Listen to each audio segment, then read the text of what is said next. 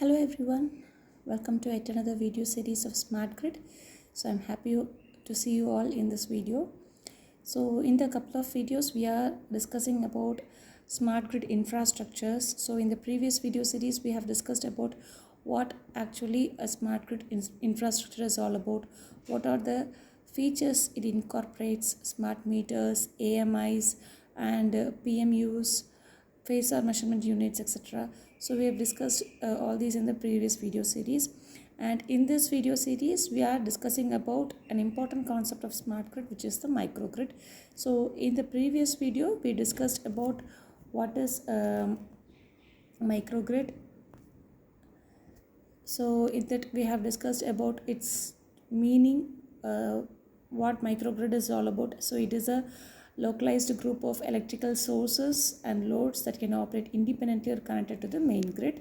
So also we have discussed about its components. So what are the major components associated with smart grids?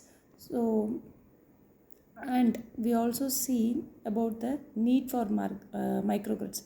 So in this video we will going to discuss about the need for smart grid and types of protection schemes we can give for a smart grid and the microgrid control strategies.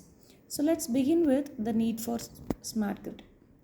As we all know that a smart grid is essential because it makes power flow in bidirectional mode. That is, in previous conventional electric grids we have power flow only in unidirectional, which means that only the power generating sectors will generate power and they will provide power to the consumers. But with the implementation of smart grid, even the consumers can generate their own power, and the excess power they can feed back to the grid. So that is one of the main major boon for this major boon for the distributed generation power sectors. So because nowadays many distributed power generators has been increased because of this smart grid technology. So this main need for microgrid is that the microgrid, it incorporates bidirectional power flow just like a smart grid. So it makes fault detection also complex. So and also this renewable energy source integration creates voltage and frequency variations. So if we are doing this in a main grid, it will create a chaos. So in order to avoid it, we need microgrids.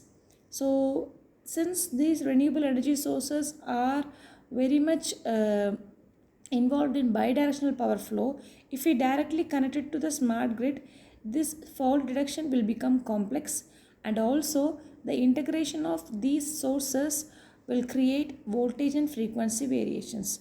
Because for example, if I connect a wind plus solar, then we know that PV and wind have different voltages, and they operate with different frequencies, and they are not consistent power producers.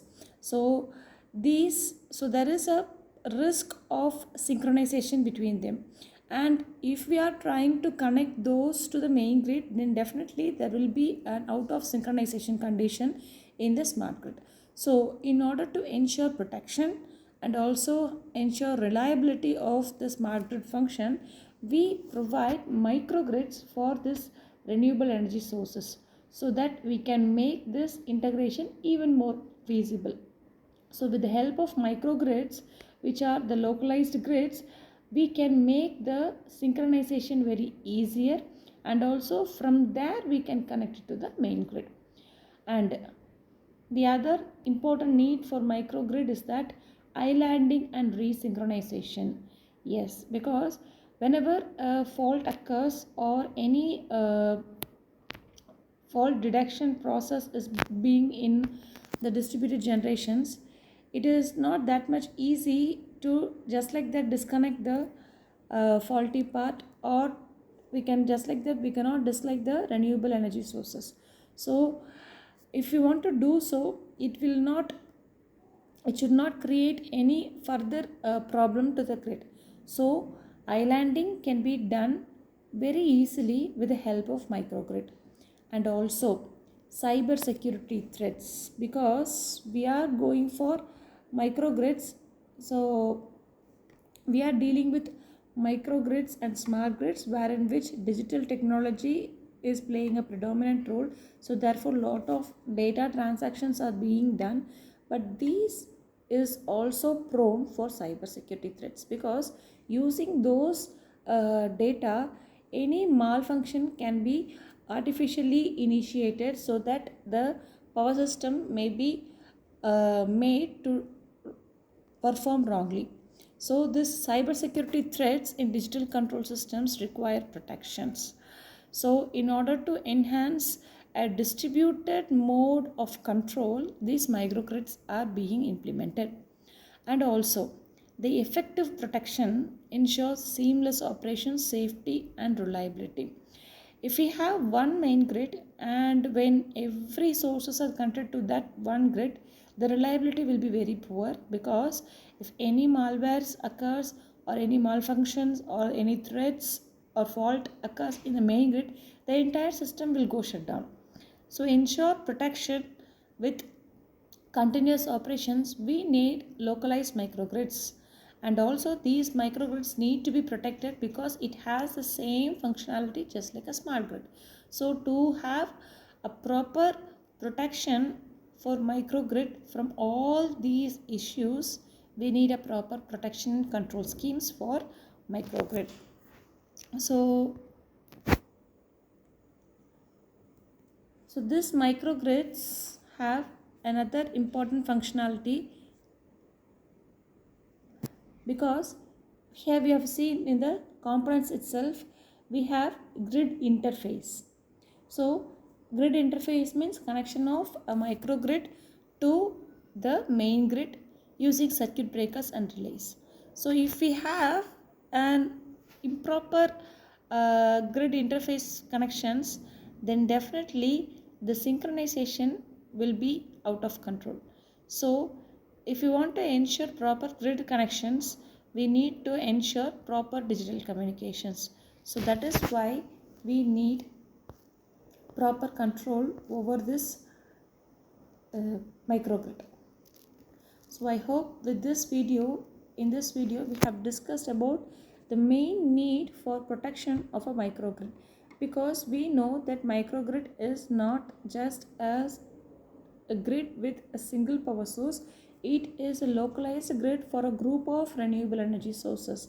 So each source may be different or it may be alike, but the sources energy obtained from those sources will be different. So these microgrids has to operate like a standalone smart grid and also as an allied grid like the smart grid. So in order to ensure effective working of this microgrid, we need to give protection to those microgrid. So hence these requirements need to be met in order to ensure proper functionality of the microgrid. So I hope in this video we would have given I have given a in-depth understanding about the need for protection in a microgrid. In the upcoming videos we will see about the main functionalities, that is what are the protection schemes we give for microgrid. So hope this video is very useful to you. In the upcoming video we will discuss in detail about the protection schemes. Thank you, keep watching and keep learning. Thank you.